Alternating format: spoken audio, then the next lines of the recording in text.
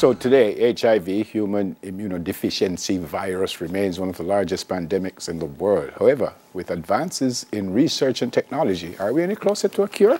Well, joining us this morning for 10 Minutes to Your Health is AIDS Healthcare Foundation's Caribbean Regional Director, Dr. Kevin Harvey. Dr. Kevin, welcome to Smile Jamaica, sir. Hope all is well.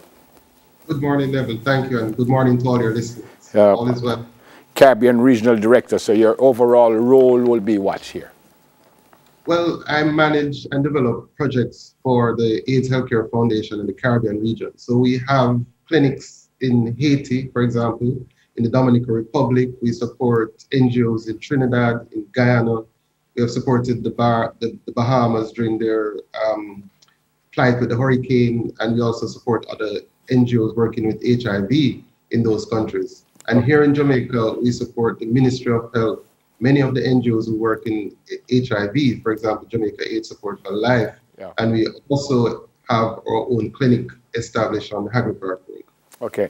I'm not certain how long ago this was, but there was a time, recently enough, that you just kept hearing infections and HIV. And for a little while, I don't know if this pandemic has pushed everything aside, but for a little while you haven't been hearing a lot about AIDS. Does that mean that we are looking after people, people are not getting infected as previously? What does that mean, if what I said is in fact true? Well, it is true. What you find, Neville, is that this year actually marks 40 years since the start of the HIV pandemic. And in fact, over 30 million people have died so far, and still close to 1 million people are dying each year. Right now, there are about 37 million persons living worldwide with HIV. The good news, though, is that we have made significant advances in treatment, care, and support.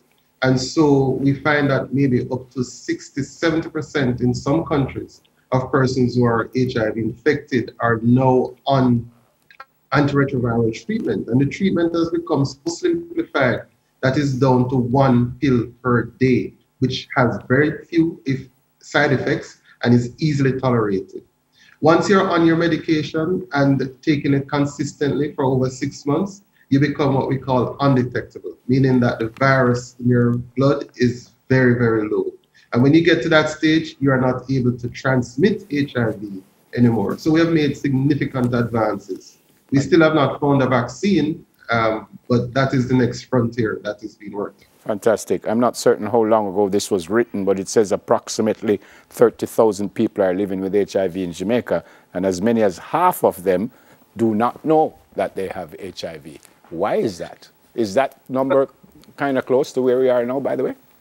Yeah, so across the Caribbean, we have about 300,000 persons. Half of those live in Haiti and about 10% in Jamaica. So we do have about 30,000 persons living in Jamaica with HIV right now. About 60% of those are actually on treatment, but we feel that of the 30,000, the vast majority, maybe 80%, now know their HIV status because of all the testing that is available right across the island and the introduction of rapid testing.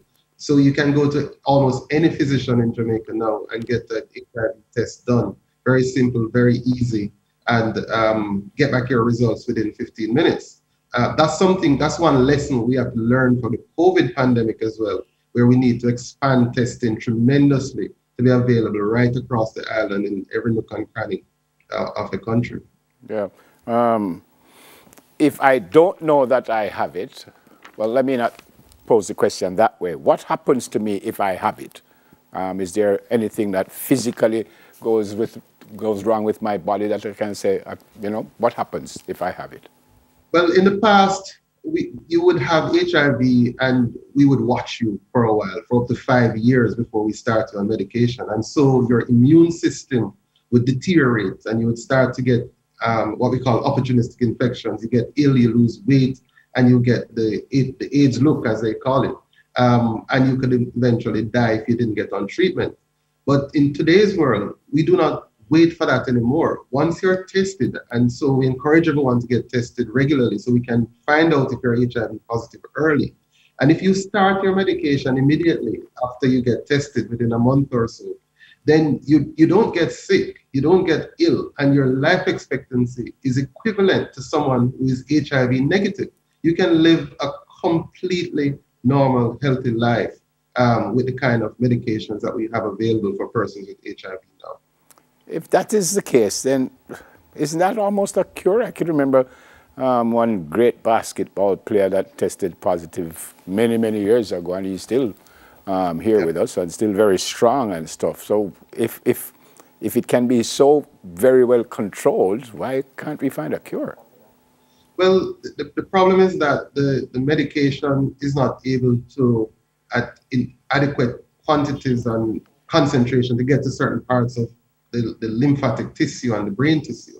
And so the virus can hide out in some of those places because we can't kill the patient to kill the virus. Right. And so the virus hides out into those places. And if it is that you stop taking the medication and the concentration of the medication gets very low in your body, then the virus starts to replicate again and it starts to cycle all over. So we don't have a cure, we don't have a medication that can reach the virus in some of those places, but it can control it and prevent it from replicating, but it sits there and waits and waits and waits. Wow. Is it as simple as to say we're having this because people are having unprotected sex? Is there a demographic that is getting HIV more than another? No, I mean, everyone is at risk. The highest risk is anal sex. And when we talk about anal sex, we're not just talking about men having sex with men, because we find in some jurisdictions more men are having anal sex with women than men having anal sex with men. So anal sex is the #1 highest risk. Commercial sex workers are at about 2% prevalence. But when you look at the number of new infections, clients of sex workers are really a big population that we need to look at too. And then of the total number, maybe 38%, 30 to 40% of the persons really are just regular heterosexual persons who are having unprotected sex, not using condoms. Men who have sex with men face a particular challenge, and now we have the transgender, the LGBTQ, because of the stigma and the discrimination that is out there still. Those persons find it more difficult to access service, and so they're not on treatment as they should, and they don't get tested as regularly as they should. Yeah. So that community still have a very high risk of transmission and getting ill and even death. And final question, Dr. Kevin, is there an age group here that gets it more than another? It differs for different places. In Jamaica, we're seeing increased infections among the young persons, particularly young females, 18 to 24 kind of age group. But we're also seeing increased infections among older men. And we still have this phenomenon in Jamaica with the younger girls and the older men, and the not using condoms appropriately. So we have to look at some of those age dynamics and some of the issues relating to transactional sex in the community, because those are some of the risk factors that are out there, in addition to some of the well-known ones. Stay safe. God bless you. Thanks for being with us this morning. Thank you very much. All the best. Come on. AIDS Healthcare Foundation's Caribbean Regional Director, Dr. Kevin Harvey. 10 minutes to your health. We'll do it again next Thursday. Stay with us.